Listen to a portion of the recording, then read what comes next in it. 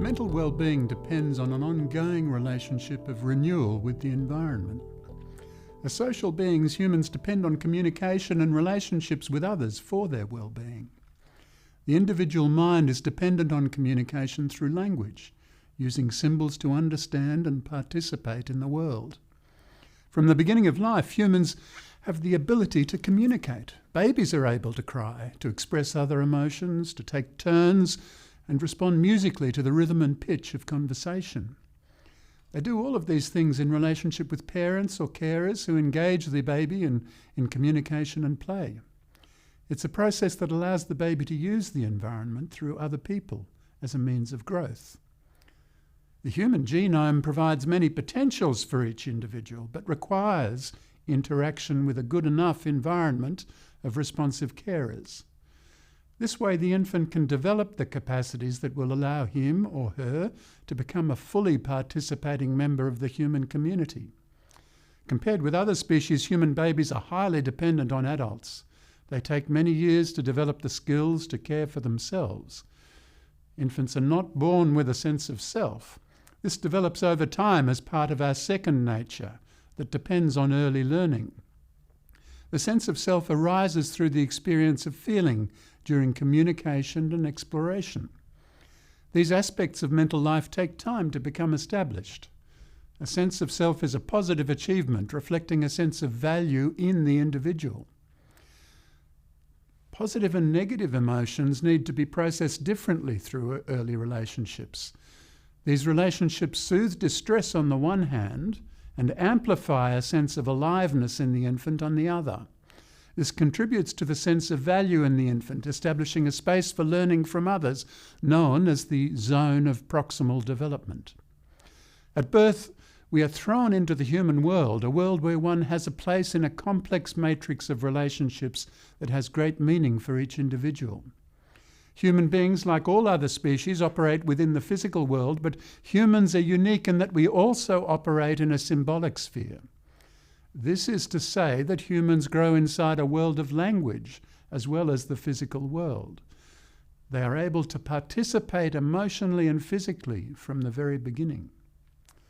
Feelings and emotions are a component of all human experience, acting as an inbuilt value system that allows the infants and adults to assess their experience, selecting interactions that promote aliveness and growth. This can be described as using your gut feeling, or instinct, or intuition. The types of feelings that arise for each person as they engage with others and the broader environment become characteristic for each individual. Over the last few decades, research has re-examined the role of feeling in mental life. A sense of aliveness is central to well-being and the development of mental life. All living organisms seek to explore the environment in order to find what they need to survive and thrive. This tendency has been called the seeking system and is part of an innate repertoire that for humans extends to the relational and symbolic aspects of life. This underpins the yearning for connection and the search for meaning that characterize human lives. It also means that a large part of mental life, in health, is oriented towards the future. A sense of meaning is not fixed or external to individuals, but is created through communication, relationships, and building skills. Reality is confirmed by the recognition and response of others in communicative exchange, that is, in a conversation. This is one reason why people seek help for mental disturbances. They have a need for regrounding their position through a safe and validating relationship. A sense of self can become disorganized through trauma, stress, or illness, and healing relationships are needed to restore the self. For a long time, play was seen as a matter for children. This view has changed in recent decades. Play takes two forms. Physical play is shared in common with other mammal species and is probably crucial to the development of a broad emotional range and a sense of agency and confidence in demanding physical activities. Another kind of play, characteristically human, is symbolic play, where the child, safe in the knowledge of having a secure base with a carer not too far away, will happily play with toys and other objects in the environment, often talking as he or she plays. The toys come to represent aspects of the child's imagination and have a symbolic rather than simply a literal value. This kind of play helps the child develop a strong sense of their inner world, which gives rise to the capacity for reflection and a sense of ownership of mental life. A sense of self is not fully present until these capacities have developed. Play is now seen as necessary for creative engagement throughout life. For these developments to occur, the infant depends upon a responsive environment where there is interactive play between infant and carer.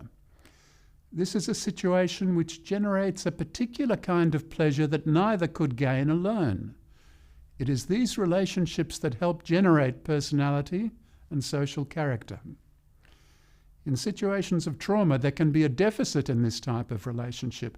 That means that the individual doesn't have the opportunity to gain a sense of his or her own value and capacities in relation to others. Psychotherapy seeks to use this model of affective development, emotional development, to provide a containing and responsive relationship where the patient can be recognized, validated, and responded to. In doing this, the therapist will bring something new into the relationship, something from the therapist's self. This process of working with what is given by the patient and contributing something new is a strategy that actively promotes the growth of a healthy self. The person can then develop the ability to integrate difficult experiences into an overall affirming narrative and life experience. We seek to re-establish the zone of proximal development.